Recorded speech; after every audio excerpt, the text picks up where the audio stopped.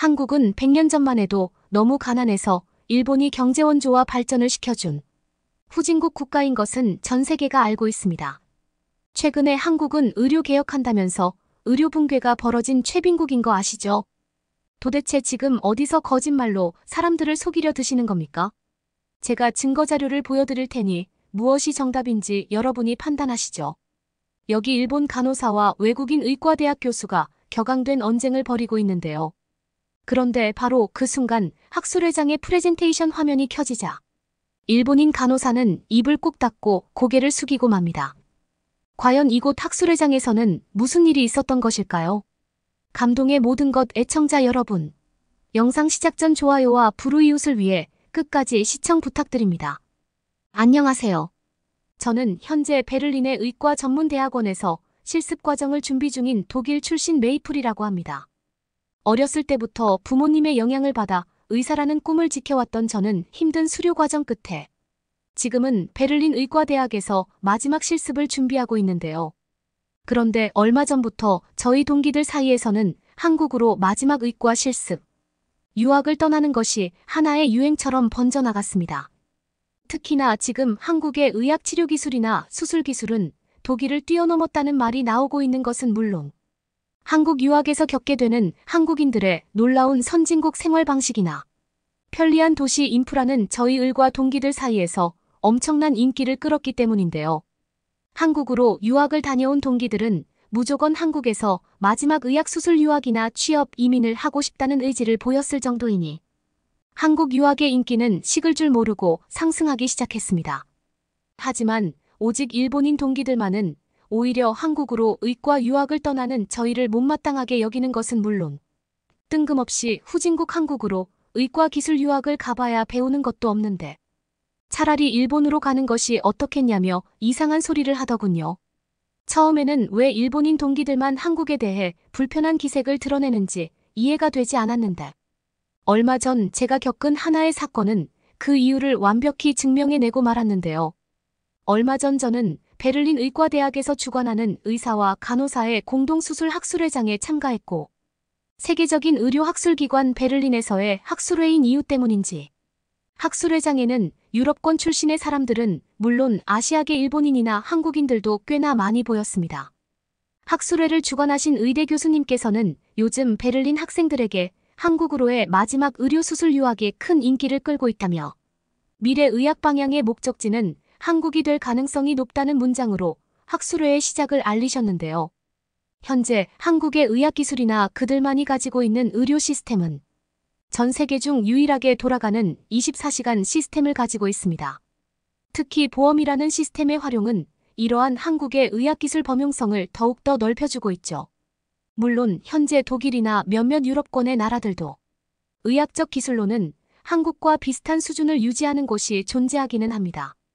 하지만 최근 한국은 더더욱 높은 의학기술의 시스템을 완성시켜버렸죠. 첫 번째로 그들이 가지고 있는 디지털 시스템과 의료기술의 융합입니다. 한국은 최근 바이러스의 사태에서 제일 빠르게 의료사회 시스템을 안정시킨 유일한 나라였는데요. 그들은 자신들의 도시 전체에 설치되어 있던 무선 디지털 시스템과 의학기술을 합쳤고 이는 매우 효과적으로 도시를 치유했습니다. 믿기 어렵겠지만 한국에서는 현재 다른 나라에서는 미래 기술처럼 느껴지는 원격의학 진단은 물론 휴대폰 단 하나만으로 자신의 몸 상태를 진단받고 간단한 치료약을 배달받을 수 있습니다. 믿어지십니까? 몸이 아픈 사람이 자신의 집에서 단 한 걸음도 나가지 않고 약 20분 만에 집 앞에 자신의 몸에 맞는 치료약이 배달되어 있는 상황이 말이죠. 이는 치안 시스템이 불안정하고 디지털 시스템의 상용화가 되어 있지 않은 독일에서는 절대적으로 불가능한 일입니다. 그리고 이러한 요소들은 현재 베를린에서 한국으로의 의과 실습, 유학이 가장 많은 지금의 유행을 이끌어내고 있죠. 물론 독일로서는 이러한 상황이 인재 유출로 이어져 좋지 않습니다만 이것이 바로 한국이라는 나라의 힘이라고 생각합니다.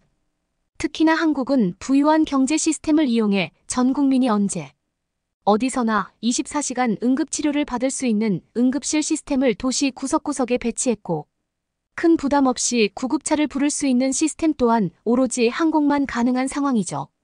안타깝지만 지금 독일에서는 응급치료 초기 대응의 성공률이 3%에 불과합니다.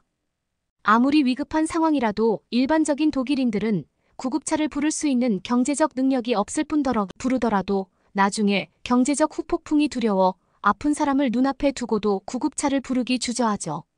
하지만 한국은 이러한 어려움을 국가적 부유함과 현명한 보험 시스템으로 해결했습니다.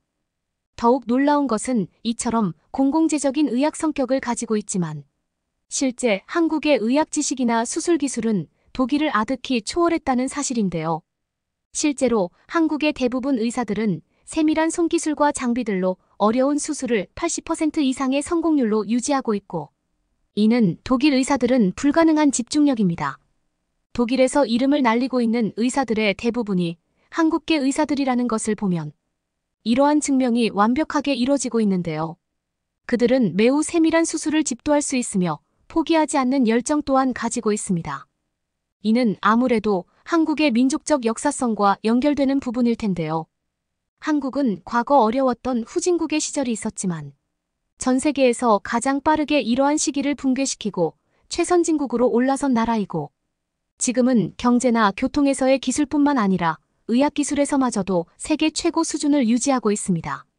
즉 한국이라는 나라 자체가 장수하며 살 수 있는 너무나 살기 좋은 나라로 변했다는 사실이죠. 그렇기에 우리는 한국으로의 의학기술 유학을 더더욱 적극 지원해야 합니다. 한국만이 가지고 있는 의학교육 체계와 열정은 독일인 유학생들을 진화시키고 있고, 이는 오직 한국만이 가능한 의학 장점의 선순환이니 말이죠. 교수님께서는 최근 의과대학 학생들 사이에서 하나의 트렌드가 되고 있는 한국으로의 의학 유학을 중점적으로 풀어내시면서 한국이 미래 의학기술의 집약국가가 될 것이라고 했고, 이는 많은 학회 참석 인원의 공감을 얻어냈는데요. 실제로 학술회장에 있던 한 학생은 자신이 한국 여행에서 다쳤던 기억이 있는데 주위 사람들이 전부 구급차를 불러주는 것과 함께 그것도 모자라 자신을 직접 차에 태우고 더 가까운 대학병원 응급실로 갔었던 기억이 있었다며 놀라운 경험담을 이야기하기도 했습니다. 특히나 그러한 응급진료를 받았는데도 독일에서의 응급치료, 의료비보다 70%나 저렴했다는 그 학생의 말은 한국의 의학 인프라를 모르던 학술의 인원들에게 엄청난 충격을 줬고, 몇몇 인원들은 저 말이 진짜냐며 직접 휴대폰으로 검색을 해보기도 하더군요. 그런데 다른 교수님께서 학술회의 두 번째 일정을 이어가려던 바로 그 순간 학술회 끝자리에 있던 한 일본인 간호사가 발언권을 요청해 왔습니다. 그녀는 대체 무엇 때문인지 얼굴까지 붉어진 채 굉장히 화가 난 듯 보였고, 마이크를 잡아들더니 지금의 학술회 자체가 사기와 다름이 없다며 매우 공격적인 발언을 이어나갔는데요. 회장에 있던 몇몇 직원들이 그녀를 말리려고 했으나 교수님께서는 오히려 일본 의학 관계자가 맞냐고 물어보더니 더 좋은 의견 토론의 장이 될 수 있다며 그녀를 학술회장 강단으로 불러내셨습니다. 하지만 이어진 그 일본인 간호사의 말은 기괴하기 짝이 없었는데요. 이곳 학술회 자체의 목적성을 잘 모르겠습니다.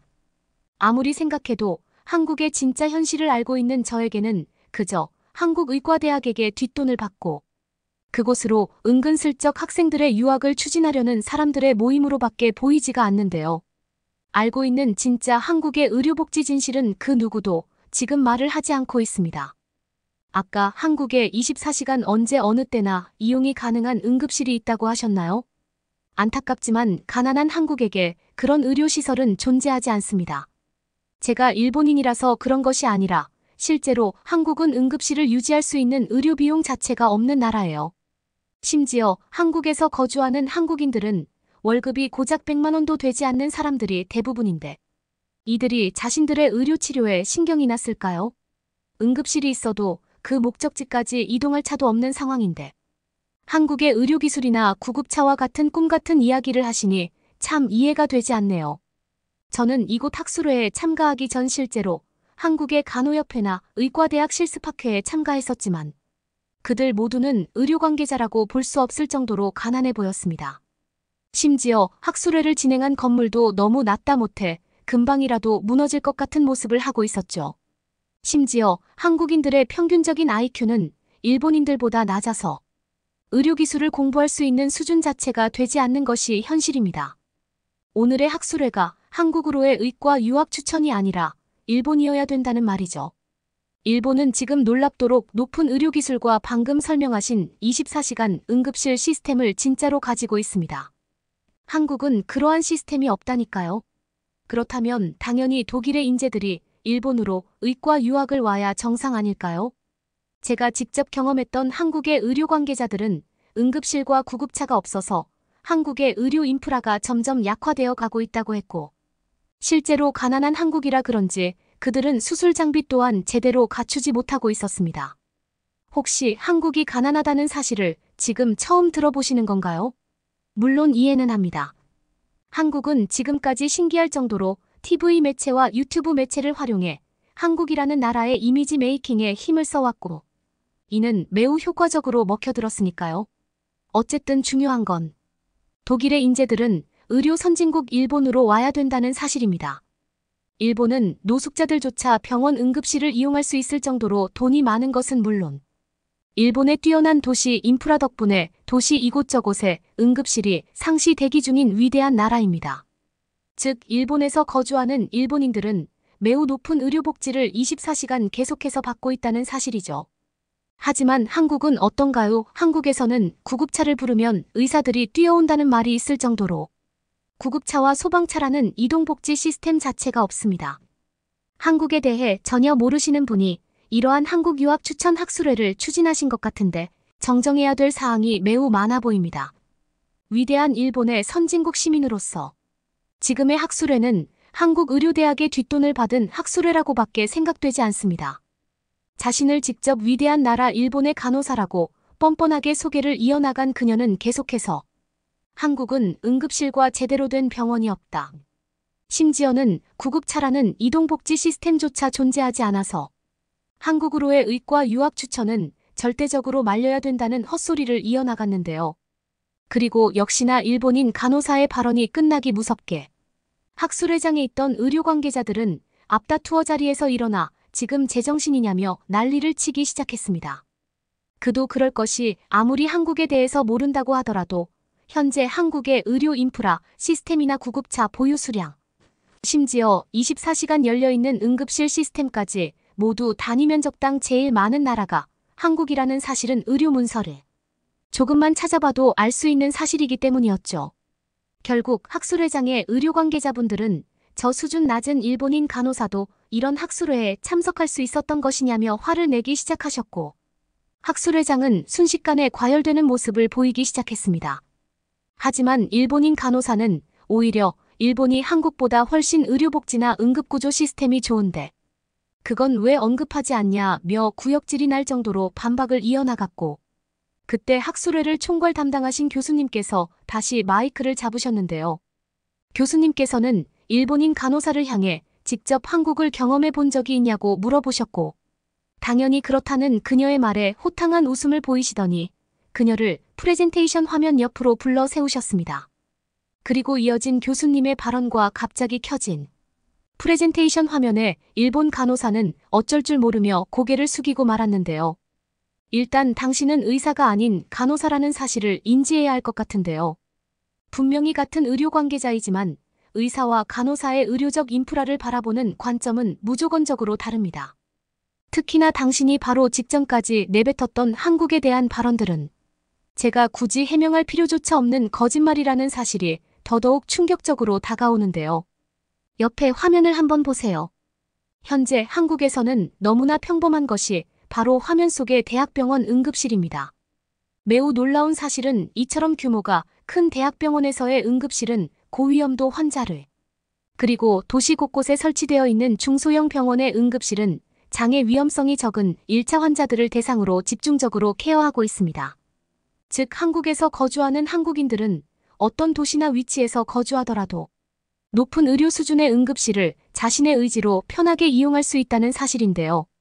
화면을 보면 너무나 명백하게 사진 자료와 동영상 자료가 존재하고 눈앞에 보이는 모든 자료들은 지금 당장 당신의 휴대폰을 켜고 유튜브로만 찾아봐도 찾을 수 있는 것들이죠.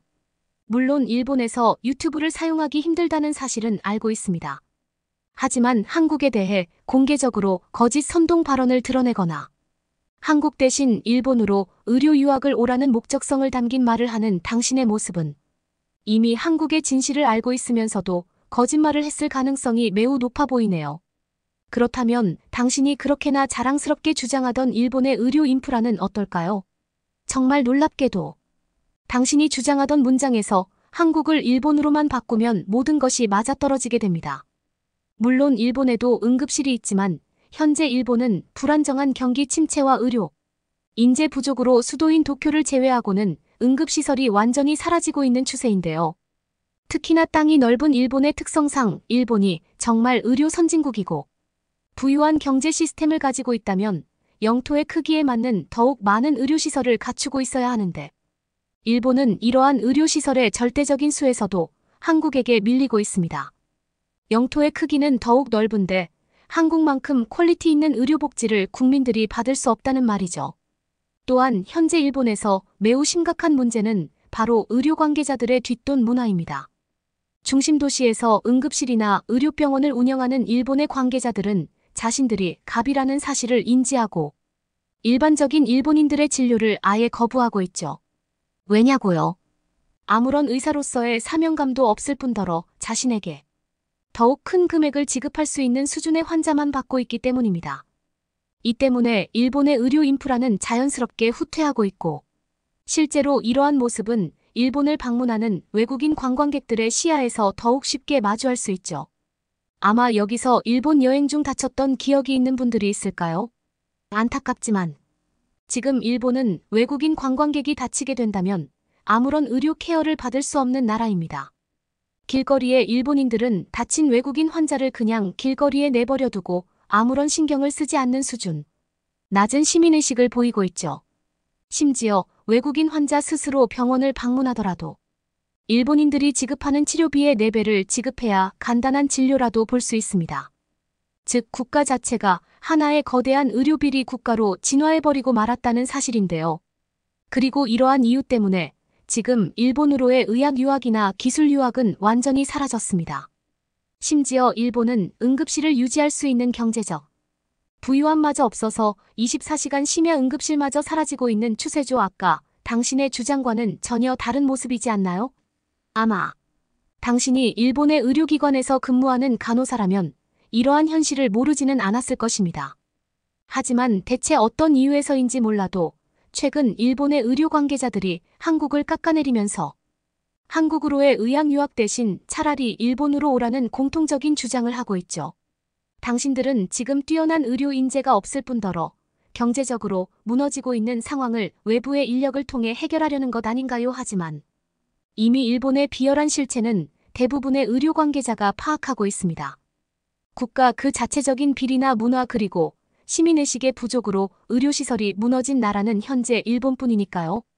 특히나 당신이 계속해서 주장한 경제적 부유함도 일본과 한국은 큰 차이가 나고 있습니다. 한국인들은 평범한 사람들이라면 누구나 건강보험료를 지급하고 자신에게 발생하게 될 미래의 응급 상황을 방지하고 있습니다. 그런데 여기서 놀라운 사실은 건강보험비를 지급하더라도 일본인들의 평균적인 월급보다 높다는 사실이죠. 아까 당신이 주장했던 한국인들의 낮은 월급에 대한 지적도 여기서 거짓이라는 것이 밝혀진 것인데요. 한국인들은 각종 미래와 국가를 위한 세금을 내더라도 일본인들의 평균적인 월급보다 몇 배 이상 높은 수준을 유지하고 있습니다. 그리고 있는 독일과 대등한 수준 몇몇 도시들의 한정에서는 독일인들의 평균 임금 수준을 뛰어넘은 유일한 나라라고 할 수 있는데요. 그렇다면 당연히 유학 생활을 하더라도 경제적으로 부유하고 시민의식까지 높은 한국으로 가는 것이 정상이고 또 그 나라를 추천하는 것이 올바른 의과대학 문화 아닐까요? 솔직히 말하자면 오늘 학술의 참석 명단에 일본인들이 몇몇 있어서 이러한 상황이 발생할 것이라고는 예상했지만 실제로 마주한 당신들의 모습은 더욱더 비열하네요. 저는 오늘 한국의 뛰어난 의료 인프라를 알리는 것과 함께 지금 한국을 의도적으로 깎아내리는 이러한 일본 관계자들의 모습을 보여주기 위해 학술회를 준비한 이유도 있습니다. 물론 대부분의 사람들은 이제 한국이 얼마나 여행하기 좋고 뛰어난 인프라를 가진 나라인지 알고 있어서 큰 문제는 없겠지만 당신들의 국가적 단위로 움직이는 비열한 선동의 모습은 많은 사람들이 마주해야 되는 또 다른 이유가 있으니까요. 아직도 옆에 화면을 보고도 한국이 일본보다 부유하고 높은 퀄리티의 의료복지나 수술 기술을 가졌다는 사실을 인정하기 어렵나요? 아니면 지금이라도 학술회장을 조용히 떠날 기회를 드리겠습니다. 학술회 제안 교수님께서는 마치 이런 상황을 예측하기라도 하신 듯 이미 일본인 관계자의 학회 참석 명단만 보고 반박을 할 수 있는 자료를 미리 준비했던 것이었고, 이는 일본 간호사의 코를 납작하게 눌러버리고 말았는데요. 방금까지만 해도 후진국 한국에 응급실이 있다는 증거 자료를 가져오라고 박박 우기던 일본인 간호사는 자신의 얼굴 옆에 띄워져 있는 자료 화면을 직접 마주하자 그저 입을 꾹 닫고만 있어 보이는 사람마저도 통쾌해지는 정도였습니다.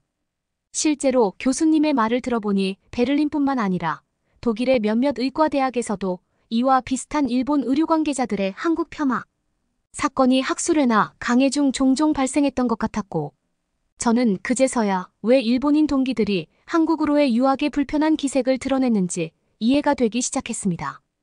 그들은 그저 과거의 영광에 취해 후진국이 되어버린 일본의 현실을 마주하기 싫으면서도 그와 반대로 전 세계 국가 트렌드를 주도하고 있는 한국의 모습에서 큰 열등감을 느끼고 있었던 것이었죠. 그저 고개만 숙이고 있는 일본인 간호사를 확인하신 교수님께서는 이제 더는 일본 출신의 학회 참석자나 강의 참석자는 받지 않겠다면서 직접 학과 지원센터 관계자를 불러 지금의 문제되는 상황을 알리셨고, 학술회장에는 조용한 박수 소리만이 울려 퍼지더군요. 그리고 바로 그때 교수님께서는 자신이 직접 한국에서의 학술에 참석 중 길에서 넘어져 부상을 당했던 경험을 말해주시면서 한국의 놀라운 의료 인프라를 더욱 세밀하게 전달해주기 시작했습니다. 저는 과거 직접 한국에서의 의료학회에 참석했다가 다쳤던 기억이 있습니다. 길에서 넘어진 것이 큰 부상은 아니었지만 나이 때문인지 저는 동시에 허리를 삐끗했고 더는 움직일 수가 없었죠. 지하철 입구 계단을 내려가던 상황이었기에 주변의 병원은 보이지 않았으나 곧이어 지하철을 이용하던 한국인들은 저를 부축해주며 지하철 내부 공간으로 이동했습니다. 처음에는 왜 지하철 내부로 가는 것인지 의문스러웠으나 저는 곧바로 눈앞에 펼쳐진 지하철의 응급실 시설을 보고 매우 놀랐던 경험이 있죠. 아마 독일인들은 상상조차 하지 못할, 그리고 앞으로도 하기 어려운 지하철 병원이 이미 한국에서는 평범한 의료시설이었습니다. 그리고 바로 그때 저는 한국이 왜 새로운 선진국의 개념을 제시하고 있는지, 많은 학생들이 한국으로 유학을 떠났다가 그곳에서 이민을 결정하는지 완벽히 이해하게 되었죠. 단순한 지하철의 병원이었지만 그곳은 놀랍도록 친절했고 또 비싼 의료 장비들마저 대부분 갖추고 있었습니다. 의사들의 기술이 좋아서 그런지 저는 입원을 하고 단 2시간 만에 허리의 증상이 어느 정도 완화되어 학회 참석 일정에 5분 정도만 늦을 수 있었죠. 우리가 한국을 부러워해야 하는 이유가 바로 이러한 부분입니다. 그들에게는 평범한 일상이 아직 우리에게는 미래의 모습을 제시하고 있다는 사실이죠. 아마 한국을 한 번도 경험해 본 적이 없는 분들이라면 이번 학회를 마치고 한국으로의 의학 유학이나 단순 여행을 추천해 드립니다. 그곳은 저희에게는 미래의 국가나 다름없는 의료, 인프라와 도시 모습을 완벽히 갖추고 있는 새로운 선진국이니까 말이죠. 그러면 더욱 감동적인 다음 사연으로 넘어가겠습니다. 중국을 여행하던 한 이탈리아 여성이 중국의 한 길바닥에 앉아서 오열하고 있습니다.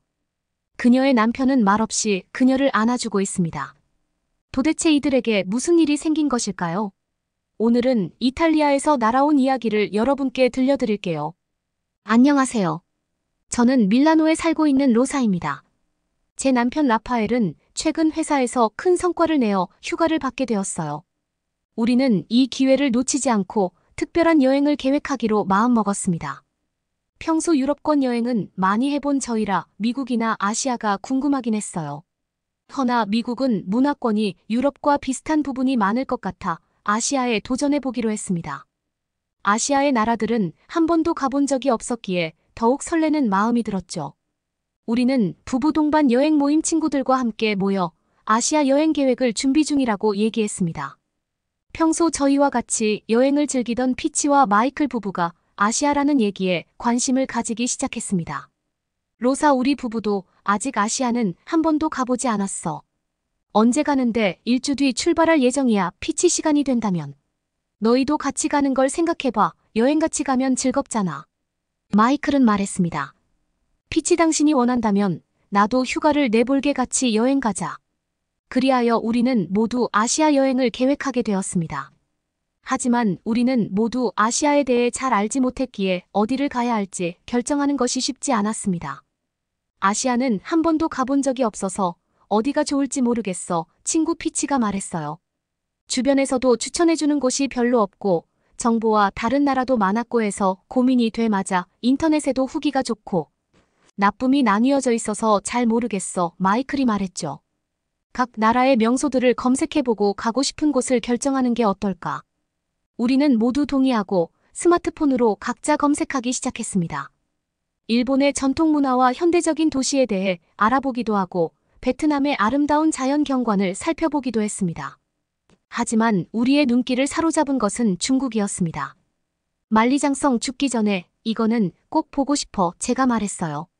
그리고 중국은 땅이 넓고 아시아에서 오랜 역사를 가졌고 세계에서 손꼽히는 경제대국이라 인프라도 잘 되어 있을 거야. 중국 어때?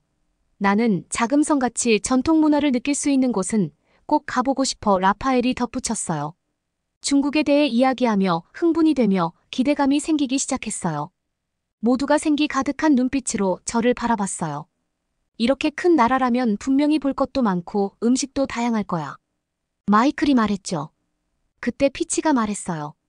그럼 중국으로 가자. 어디든 우리는 함께 여행하면 더 재미있고 좋은 추억을 쌓았었잖아. 라파엘과 저는 그 말에 동의하며 중국으로 여행을 가기로 결정했어요. 친구들과 함께하는 여행이라 더욱 기대가 컸죠. 우리는 인터넷에서 본 많은 사진들이 우리의 기대감을 더 키웠습니다. 여행 준비가 모두 끝나고 드디어 출발 전날 밤이 되었습니다. 짐을 싸면서 우리는 흥분을 감추지 못했어요. 라파엘은 지도를 보며 우리가 갈 장소들을 확인했고 저는 여행 일정을 정리했어요. 친구들과 함께할 즐거운 추억을 생각하니 잠이 오지 않았습니다. 로사 내일이 정말 기대돼. 우리 이번 여행에서 멋진 추억을 많이 만들자. 라파엘이 미소를 지으며 말했어요. 그래, 라파엘 우리 꼭 멋진 여행이 될 거야. 제가 대답했어요. 설레는 마음으로 우리는 잠자리에 들었어요. 중국에서의 여행이 곧 시작될 것이니까요. 다음 날 아침 우리는 설레는 마음으로 공항에 도착했습니다. 체크인을 마치고 면세점에서 이것저것 구경하다 보니 출발 시간이 다가왔어요. 모두가 들뜬 마음으로 비행기에 올랐습니다. 우리가 탄 비행기는 중국 항공사의 비행기였습니다. 평상시 타오던 비행기보단 내부가 조금 올드한 느낌이었지만 이마저도 중국의 감성이라 생각하며 자리에 앉았습니다. 저는 창가에 앉아 저 멀리 보이는 이탈리아의 풍경을 바라보며 중국에서의 모험을 상상했어요. 비행기가 이륙하고 몇 시간이 지나 우리는 베이징에서의 여행을 기대하며 잠에 들었습니다. 그런데 잠시 후 이상한 냄새가 코끝을 찔렀습니다. 안대를 벗고 무슨 냄새인지를 찾았죠. 무슨 냄새인지를 눈으로 확인한 저는 경악을 금치 못했습니다. 우리가 앉은 자리 대각선에 앉은 동양인들이 고기 같은 걸 뜯고 있었어요. 그런데 그 형태가 마치 오리머리 같아 보였습니다. 그리고는 고기에서 나온 뼈들을 비행기 복도 바닥에 아무렇지 않게 버리더라고요. 저는 승무원을 호출하여 이 광경이 거북하다고 전달하려 했습니다. 그런데 문제는 여기서 그치지 않았습니다. 중국인 승무원이 내가 말하는 이탈리아어를 잘 이해하지 못했어요. 그래서 저는 손으로 바닥에 떨어진 뼈들을 가리켰어요. 승무원은 이해한다는 제스처를 보낸 이후 대각선의 동양인에게 향했습니다.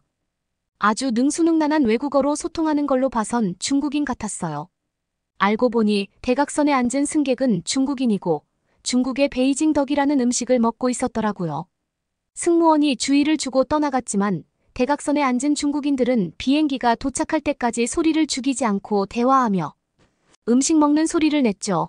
저는 중국 인구가 많으니 그중 별난 사람이 탔을 것이다라는 생각을 하며 중국에 대한 긍정적인 생각을 하려 노력하였습니다. 우리는 중국을 여행하러 가는 것이니까요. 그렇게 오랜 비행을 마치고 우리는 베이징 공항에 도착했습니다. 입국 심사 때도 몇몇 새치기 하는 동양인들도 마주치고 했지만 입국 심사를 잘 마쳤습니다. 공항을 빠져나와서 처음으로 중국의 공기를 마시니 묘한 기분이 들었어요. 거대한 공항과 사람들의 분주한 모습이 중국에 온 것을 실감할 수 있었죠. 하늘이 뿌옇긴 했어도 날씨는 좋았습니다. 그러나 문제가 발생했습니다. 택시를 잡는 것이 생각보다 쉽지 않았어요. 공항 밖에는 수많은 사람들이 있었고 모두가 각자 목적지로 향하기 위해 분주히 움직이고 있었죠. 우리는 택시 승강장에서 한참을 기다렸지만 택시는 쉽게 잡히지 않았습니다. 주변에는 영어를 하는 사람이 거의 없었고 안내 표지판도 중국어로만 적혀 있어 방향을 잡기가 힘들었어요.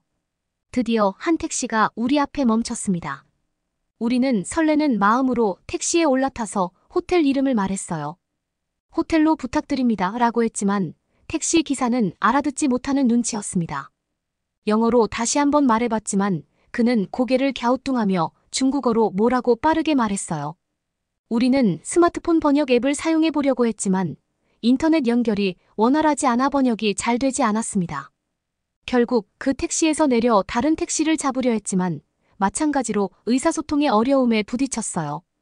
공항 주변에서 도움을 받을 수 있는 사람을 찾으려 했지만 대부분의 사람들은 바쁘게 이동 중이었고 영어를 할 줄 아는 사람도 거의 없었습니다. 몇 번의 시도 끝에 우리는 이탈리아어를 할 줄 아는 젊은 한국 남성을 만나게 되었어요. 그는 우리의 상황을 이해하고 호텔 주소를 중국어로 써주며 택시 기사에게 설명해 주었어요. 동양인이 중국어와 이탈리아어에 능통하니 신기했어요. 그 덕분에 우리는 드디어 택시에 올라탈 수 있었고 호텔로 향할 수 있었습니다. 길이 돌아서 가는 것 같아 불안했지만 결국 무사히 호텔에 도착했어요. 우리는 택시 잡고 숙소 오는 일 하나 했을 뿐인데 몸은 이미 많이 지쳐 있었죠. 호텔에 도착한 후 체크인을 하는 데에는 문제가 없었습니다. 우리는 잠시 쉬면서 다시 한번 여행 일정을 점검했습니다. 라파엘과 저는 친구들과 의사소통 문제를 피하기 위해 목적지 이름과 주소를 미리 캡처해두기로 했습니다. 각자의 스마트폰에 호텔 관광지 음식점 등의 위치를 캡처하고 중국어 번역본도 함께 저장해 두었어요. 이렇게 하면 택시기사에게 보여주기 쉽고 길을 잃을 염려도 줄일 수 있을 것 같았죠. 다음 날엔 베이징의 대표적인 관광지인 만리장성과 자금성을 방문할 계획이었어요. 그리고 중국 음식도 맛볼 생각이었죠. 중국의 음식은 정말 다양하고 맛있다는 얘기를 들었거든요. 다음 날 아침 우리는 베이징의 중심부로 향했습니다. 자금성을 보러 가기 위해서죠. 우린 자금성에 도착해서 그것의 웅장한 모습에 감탄했어요. 하지만 또 다른 문제가 생겼죠. 관광객이 너무 많아 이동하기가 쉽지 않았고 여기저기서 들려오는 길거리 상인들의 소음 때문에 집중하기 어려웠어요.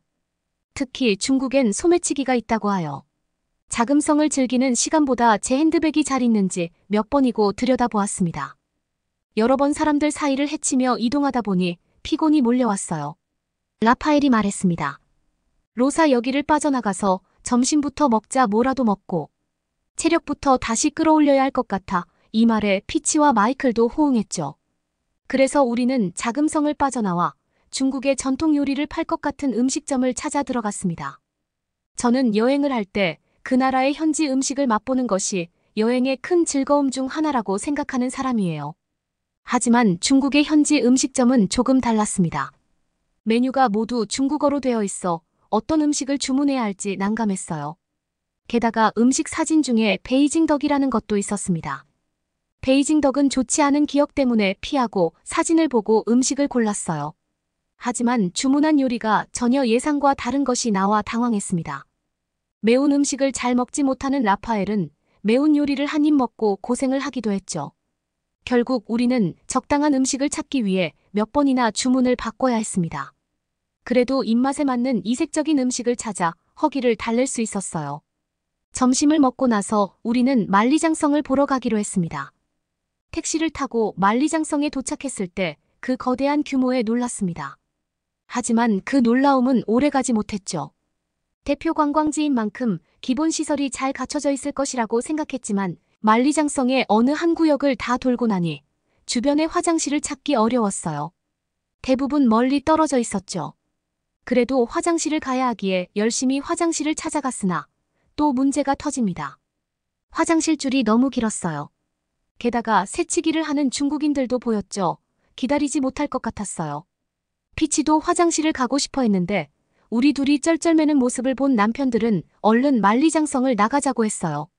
만리장성의 거대한 구조물에 감탄했지만 화장실을 찾기 위해 헤매느라 체력 소모가 심했던 저는 만리장성을 나와 가까운 카페에 들어가서야 겨우 편의를 해결할 수 있었어요. 그래도 긍정적인 마음을 유지하려고 노력했어요. 죽기 전에 보고 싶었던 만리장성의 아름다운 풍경을 보며 우리는 힘든 여정을 조금이나마 보상받는 기분이 들었습니다. 라파엘과 저는 친구들과 함께 이러한 작은 위기들을 극복하며 더욱 끈끈한 우정을 쌓아갔습니다. 만리장성 탐방을 마치고 저녁이 되어서야 우리는 다시 호텔로 돌아왔습니다. 모두가 지치고 피곤한 상태였죠. 저녁을 먹어야 했지만 현지 음식점에서의 소통이 어려웠던 경험을 겪어본 저는 간단한 음식들을 사와서 먹자고 제안했어요. 일행들은 저희 제안에 동의했습니다. 길거리 음식을 사러 나가서 각자 먹고 싶은 것을 사오자 제가 말했어요. 그렇게 우리는 길거리 음식들을 찾아 나섰습니다. 베이징의 번화한 거리에서 다양한 음식을 구경하며 각자 먹고 싶은 것을 사기로 했죠. 혼자 길을 걷던 저는 갑자기 한 중국인 남자들에게 접근당했습니다. 그들은 어눌한 영어로 말을 걸며 어깨동무를 하고 허리를 감싸더니 같이 사진을 찍자고 했습니다. 저는 매우 불쾌했고 그의 행동이 불안하게 느껴졌어요. 하지 마세요라고 소리쳤지만 그들은 계속해서 다가왔습니다. 겁에 질린 저는 더 크게 소리를 질렀습니다. 그 순간 멀리서 라파엘이 달려오는 것이 보였어요. 라파엘이 다가오자 중국인은 급히 도망갔습니다. 이윽고 중국 경찰이 호루라기를 불며 따라가는 모습도 보았어요. 저는 그 자리에서 겁에 질려 바닥에 주저앉고 말았어요. 라파엘은 저를 부축하며 걱정스러운 눈빛으로 물었어요. 로사 괜찮아? 저는 울음을 터뜨리며 라파엘에게 모든 상황을 설명했습니다. 그 사람들이 나한테 이상한 짓을 했어. 너무 무서워. 라파엘은 저를 꼭 안아주며 위로해 주었어요. 라파엘은 저를 부축하여 친구들과 합류한 후 호텔로 돌아가기로 했습니다. 모두가 놀란 마음을 가라앉히며 저를 위로해 주었어요. 그날 저녁 호텔방에서 지쳐있는 저를 보며 라파엘이 말했습니다. 로사, 중국에서의 경험이 너무 힘들었던 것 같아. 이렇게 계속 스트레스를 받으며 여행을 할 수 있겠어. 저는 라파엘의 말을 들으며 고개를 끄덕였어요. 맞아, 라파엘, 중국은 우리에게 맞지 않는 것 같아. 계속해서 불편한 일들만 생기고 있어. 라파엘은 잠시 생각하더니 제안했습니다. 우리 계획했던 상하이는 취소하고 한국에 한번 가보는 게 어때? 저는 말했습니다. 한국 우리가 여행 시작하기 전에 이름이 나오지도 않았잖아. 한국은 중국 옆에 붙어있는 엄청 작은 나라라고 들었어. 가면 볼 게 있을까? 라파엘은 말했습니다. 우선 우리는 안전한 여행이 먼저야. 한국은 중국과는 다르게 좀 더 안전하다고 하고 더 편하게 여행할 수 있을 것 같아. 어제 택시 잡을 때 이탈리아어를 하던 한국 친구 기억해. 외국에서 그러한 친절이면 한국은 친절하고 또 다른 매력을 가진 나라일 거라는 생각이 들어 저는 피해를 제안해 마음이 조금씩 설레기 시작했어요. 맞아, 어제 그 한국인은 너무 고마웠어. 한국이나 한번 가볼까? 라파엘은 웃으며 말을 이어갔어요. 그래, 한국은 비교적 안전하다고 하더라고. 우리가 더 편하게 여행할 수 있을 것 같아. 그때 피치와 마이클도 제안을 듣고 동의했습니다. 피치가 말했습니다. 그래, 로사, 그 한국 청년의 감사한 마음이 있어. 우리 한번 가보는 것도 좋을 것 같아. 가까우니. 시간도 얼마 걸리지 않을 거야. 혹시나 한국이 별로면 우리 일본으로 가보는 건 어때? 우리 여행 출발점에 검색했을 때 일본의 전통 교통 문화도 끌렸었잖아. 피치의 말에 저는 여행의 경로를 과감하게 틀어보는 것도 여행의 매력이라 생각 들어. 한국 다음 일본을 가보는 것으로 남편과 친구들과 이야기를 마무리하였습니다. 다음 날 아침 우리는 호텔에서 짐을 챙겨 공항으로 향했습니다. 공항에 도착해 우리는 상하이 비행기 티켓을 취소하고 한국행 비행기 표를 구매했어요. 새로운 여행지에 대한 기대감으로 전날 밤보단 마음이 가벼웠습니다. 몇 시간 후 우리는 드디어 한국행 비행기에 탑승하게 되었습니다. 비행기에 첫 발을 들이자마자 놀라움에 입을 다물지 못했습니다. 중국 올 때와는 다르게 한국 항공사의 비행기는 청결하고 안락했기 때문입니다. 비행기가 출발하고 시간이 얼마 걸리진 않았지만 모든 승객들이 조용히 비행기를 이용하였고 승무원들은 혹시나 필요한 게 있는지 돌아다니며 물어보며 서비스를 해주었습니다. 한국이라는 나라에 조금 마음이 열리는 순간이었습니다. 한국에 도착한 우리는 서울의 인천공항에 첫 발을 내딛었습니다. 인천공항의 규모는 엄청 거대 베이징에 왔을 때와 규모적인 부분은 비슷한 느낌이 들었지만 첫 인상은 완전히 달랐죠. 공항에서부터 느껴지는 깨끗하고 효율적인 시스템은 우리에게 큰 인상을 남겼어요. 입국 심사도 빠르고 친절하게 진행되고 서울 시내로 이동할 수 있는 버스와 택시, 지하철까지 대기하고 있었습니다. 우리는 택시 중에 벤 택시가 있어서 그걸 타고 넓고 안락하게 숙소로 향했습니다. 택시 기사님이 어디서 왔냐고 해서 우리가 이탈리아라고 하니 환영한다고 하셔서 우리 일행은 한박 웃음을 지었습니다. 우리나라의 인사말을 아는 게 너무 신기했어요. 공항에서 숙소로 가는 길 저는 서울이라는 도시의 매력에 빠져들었어요. 자연과 어우러진 고층 빌딩들을 보며 한국에 온 것을 실감할 수 있었죠. 중국보다 포장이 잘 되어 있는 도로를 달리다 보니 어느덧 호텔에 도착할 수 있었어요. 호텔에 짐을 풀고 우리는 무엇을 할지 계획을 하기 시작했죠. 여기서 또 한 번 한국에 대해 놀라게 되었어요. 인터넷이 엄청 빨라서 여행하기 좋은 코스가 어딘지 찾기가 너무 쉬웠죠. 우리는 경복궁이 숙소와 가깝다고 하여 경복궁부터 가보기로 하고 나왔어요. 대중교통 시스템이 매우 발달해 있어 지하철을 타고 쉽게 이동할 수 있었습니다. 서울의 지하철은 매우 깨끗하고 안내 표지판도 영어로 잘 되어 있어 길을 찾는데 어려움이 없었어요. 첫 번째 방문지는 경복궁이었어요. 한국의 전통 건축물과 아름다운 정원은 우리를 매료시켰습니다. 관광객들이 한국의 전통 의상인 한복을 입고 있는 모습들을 심심치 않게 볼 수 있었어요. 입어보고 싶었지만 경복궁에도 얼른 들어가 보고 싶은 마음에 아쉽지만 다음을 기약하려고 했어요. 하지만 매표 데스크에 가보니 한복 입으면 경복궁 입장이 공짜라고 하더라고요. 이러한 이벤트를 하는데 우리는 당연히 한복을 입어보지 않을 수 없겠더라고요.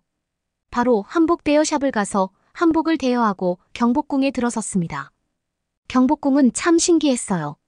중국과 비슷한 동양 문화인 것 같지만 한국만의 전통 건축물의 느낌이 더 강하게 들었죠. 높이 지어진 건물은 없었지만 낮아서 주변의 자연과 하늘의 경치를 궁궐 안으로 끌고 들어오는 느낌이었어요. 현대와 과거의 공존이라는 느낌이 이런 느낌인 것 같았어요. 경복궁 투어를 하던 중 이탈리아어가 들리는 쪽이 있어 가봤더니 이탈리아 학생들이 여행을 와서 사진을 찍고 있었어요. 인사를 하고 우리도 같은 이탈리아인임을 말하며 대화를 하였죠. 학생들이 우리에게 저녁으로 한식을 먹으라고 하더라고요. 한식은 우리의 입맛과 잘 맞는 음식들이 많다고요. 그 말을 듣고 우리는 그중 제일 맛있었던 음식이 무엇인지 물어봤어요. 학생들 중 대다수가 불고기를 외쳤어요. 그 말을 들은 우리는 웃으며 오늘 저녁은 불고기로 메뉴를 정하기로 했습니다. 저녁 시간이 되고 우리는 불고기를 요리하는 한식당을 찾아갔습니다. 점심시간에는 한식당을 찾아갔습니다. 메뉴를 보니 불고기가 눈에 띄었습니다. 불고기는 얇게 썬 쇠고기를 양념해 재워 구워 먹는 한국의 대표 음식이죠. 우리는 불고기를 주문해 보기로 했습니다. 불고기가 테이블에 놓였을 때 그 향기부터가 우리를 사로잡았습니다. 구워진 고기의 맛있는 향기가 코끝을 자극했고 한 입 베어 물었을 때 그 부드럽고 달콤한 맛에 우리는 감탄을 금치 못했어요. 와, 이 불고기 정말 맛있다. 제가 말했어요. 고기가 정말 부드럽고 양념도 딱 맞아. 이런 맛은 처음이야. 라파엘도 고개를 끄덕이며 웃었어요. 맞아, 로사 정말 맛있어. 고기가 입안에서 녹는 것 같아. 피치도 불고기의 맛에 감탄했습니다. 이거 정말 환상적이야. 이렇게 맛있는 고기는 처음 먹어봐. 피치가 말했어요. 불고기는 우리의 기대를 훨씬 넘어서서 만족감을 주었고 한국 음식에 대한 인식을 완전히 바꿔놓았습니다. 간단한 반찬들과 함께 먹으니 더욱 풍성한 식사가 되었어요. 김치, 나물, 잡채 등 다양한 반찬들도 맛보며 우리는 한국 음식의 다양성과 맛에 빠져들었습니다. 불고기를 먹고 난 후 우리는 한결 기분이 좋아졌어요. 중국에서의 불편함과 스트레스가 모두 잊혀질 정도로 만족스러운 식사였죠. 한국 음식의 매력은 단지 맛뿐만 아니라 그 속에 담긴 정성과 문화까지 느껴지는 것이었습니다. 저녁이 되자 우리는 한강공원으로 향했습니다. 한강변에서 바라보는 서울의 야경은 정말 아름다웠어요. 공원 곳곳에 설치된 편의시설과 깨끗한 환경은 우리에게 큰 감동을 주었습니다. 라파엘과 저는 한강변을 산책하며 한국의 안전하고 깨끗한 환경에 대해 이야기 나눴어요. 라파엘, 여기 정말 좋다. 중국에서의 불편함이 모두 잊혀질 정도야, 제가 말했어요. 라파엘은 고개를 끄덕이며 웃었습니다. 맞아, 로사, 한국은 정말 우리에게 맞는 여행지인 것 같아. 더 편안하고 안전하게 여행할 수 있어. 피치와 마이클도 한국에 대한 좋은 추억이 될 것 같다고 말했습니다. 한국은 음식도 맛있고 여유가 있고 모두 친절해 여행하기엔 아주 좋은 나라인 것 같아 산책을 마친 우리는 결심했습니다. 일본은 가지 않기로 한국을 조금 더 알아보고 싶다는 생각으로 의논을 마친 우리는 한국의 다른 명소들도 가고 싶다는 생각에 일본은 다음에 가기로 하고 한국을 더 여행하기로 했습니다. 남산타워에 올라 서울 전경을 내려다보며 우리는 한국의 도시 풍경에 감탄하고 이태원, 명동, 동대문 등 다양한 지역을 탐방하며 우리는 한국의 현대적이면서도 전통적인 매력을 즐겼어요. 더 나아가 우리는 제주도에도 가보았습니다. 한라산이라는 화산이 만든 섬이 한국을 대표하는 관광지라는 것에 동의를 하였습니다. 맑은 바다 현무암으로 이루어진 해안과 여유로운 향기가 가득했습니다. 로사, 한국은 정말 특별한 곳이야. 앞으로도 또 오고 싶어. 피치와 마이클도 고개를 끄덕이며 웃었습니다. 맞아, 우리도 한국이 정말 좋았어. 다음 여행도 한국으로 정해보는 건 어때? 그래, 한국이 나의 숨통을 트여줬어. 고마워. 이곳은 한국의 지하철 2호선 압구정역. 바쁘게 움직이는 사람들 가운데 한 외국인 여성이 갑자기 충격을 받은 듯 혼잣말을 중얼거리기 시작합니다. 그녀는 허공을 바라보며 멍하니 서 있다가 손가락으로 무언가를 가리키고 사람들을 향해 소리를 치기도 하는데요. 도대체 무슨 일일까요? 안녕하세요. 저는 영국인이고 대학 교수인 마가레타입니다. 전공은 도시사회학이죠. 저는 현재 영국이 세계에서 가장 뛰어난 문화권을 형성하고 있다고 믿고 있었습니다. 그래서 발전된 도시의 지하철을 이용해 영국의 시민의식과 문화에 대해 논하고자 했어요.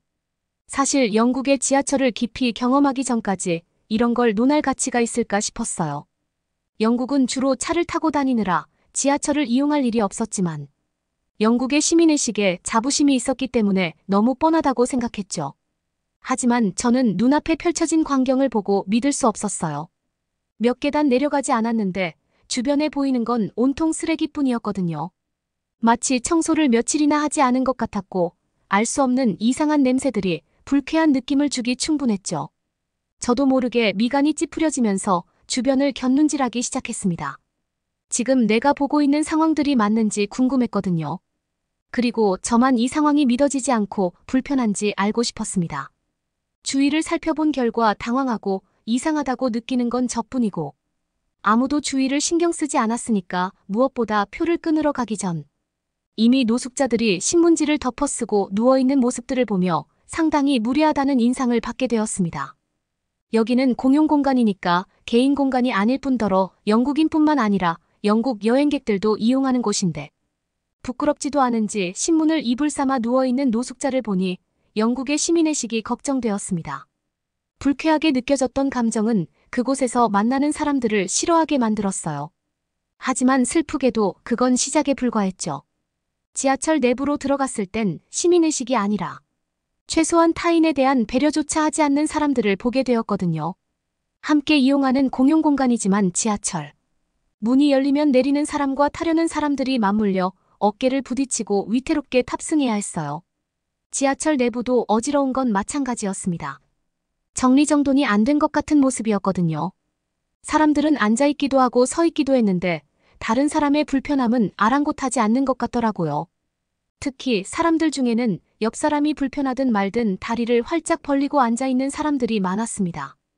한 사람당 앉을 수 있는 좌석이 정해져 있는데도 말이에요. 늘 자동차를 타고 이동하고 도심의 메인 거리 외에는 다녀본 적 없었기 때문에 이렇게 무질서한 모습은 정말 처음 보았습니다. 항상 영국은 발전된 나라로 높은 시민의식을 지녔다고 자부했어요. 그렇게 대학에서 가르쳤고 그런 사람들이 주위에 많았기 때문이죠. 하지만 그건 제가 사는 환경이 특수한 조건이었다는 걸 이제 깨닫게 되었습니다. 연신 TV에서 말하는 사회 문제들이 단지 작은 문제를 부풀려 말하는 거라 생각했거든요. TV는 사람들을 선동하는 도구 중 하나일 뿐이니까. 물론 영국 내 언론이 다른 나라 언론보다 정확하고 사실을 말한다는 건 동의해요. 단지 내가 직접 경험했던 부분에서만 믿고 싶었던 거죠. 영국 내 실상을 직접 접하기 전까지는 말입니다. 너무 뻔하고 재미없을 것 같은 그날의 세미나는 열띤 토론을 하며 영국이 앞으로 가야 할 길, 시민의식이 높아지는 방법, 교육에 대한 필요성 등으로 다양한 해결책이 제시되었어요. 영국 내 교육열은 생각보다 높지 않거든요. 나라에서 주는 혜택도 많아서 먹고 사는데 크게 불편하지 않으면 굳이 배울 필요성을 느끼지 못하는 사람들도 여전히 존재해요. 배움이라는 게 더 나은 삶으로의 수단이 되는 건 분명하지만 더 나은 사람이 되도록 만든다는 건 전혀 고려하지 않는 거죠. 제가 살아온 삶이 너무 좁았다는 새로운 시각을 선사한 세미나의 2부는 서울에서 진행된다고 했습니다. 한국이라는 나라는 제가 예술과 문화를 가르치고 있기에 이미 접해서 알고 있었어요. 수업의 주제는 왜 아시아의 한 나라가 세계 문화시장을 주도하는가였고, 그래서 한국이라는 나라가 어느 정도 발전했다는 사실도 알고 있었습니다. 그래서 생각했어요. 세계 주요 도시들을 돌며 시민의식을 비교하려는구나라고 말이에요. 영국 내에서도 실제로 접하지 않고 저처럼 책이나 TV로만 정보를 접한 사람들이 많아요.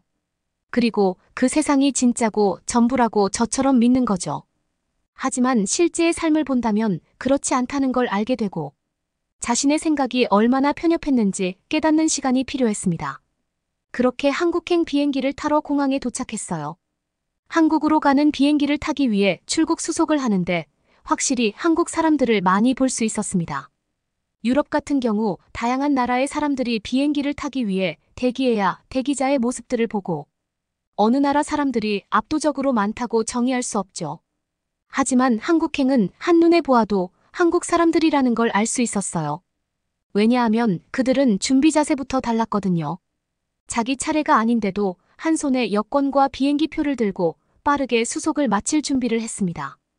다른 나라 사람들은 같이 기다리는 동행인과 이야기하거나 휴대폰을 보느라 바빴죠.